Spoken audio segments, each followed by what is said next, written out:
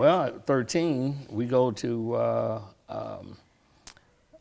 west, and we go to a place called Algonquin Gardens.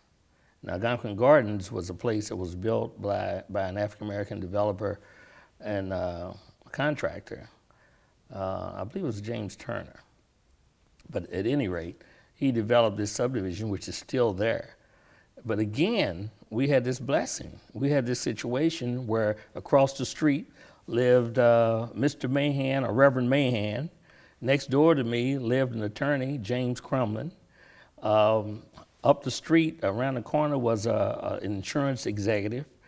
And I could go on and on and on with these stories about these individuals. A police officer lived right around the corner and across, a captain or something in the Louisville Police Department. It was the same kind of stable community and the same kinds of interactions. And my mother, who recently passed, you know, some of the people from the neighborhood extended themselves.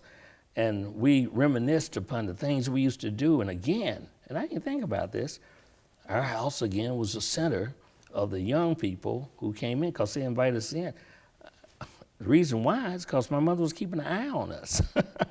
But she became a nurturing figure to all these other individuals. So it was it wasn't by mistake that when people, you know how they sign in at funerals and so forth, that when we finally looked at it, there was over 400 people that showed up at her funeral.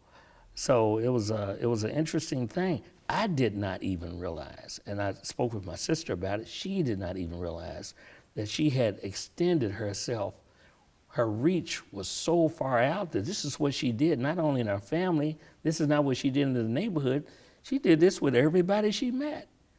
And when she was in a nursing situation, when she couldn't care for herself, the little girls that would come through there, lowly paid, but took care of her and wanted to hear what Miss Neal had to say.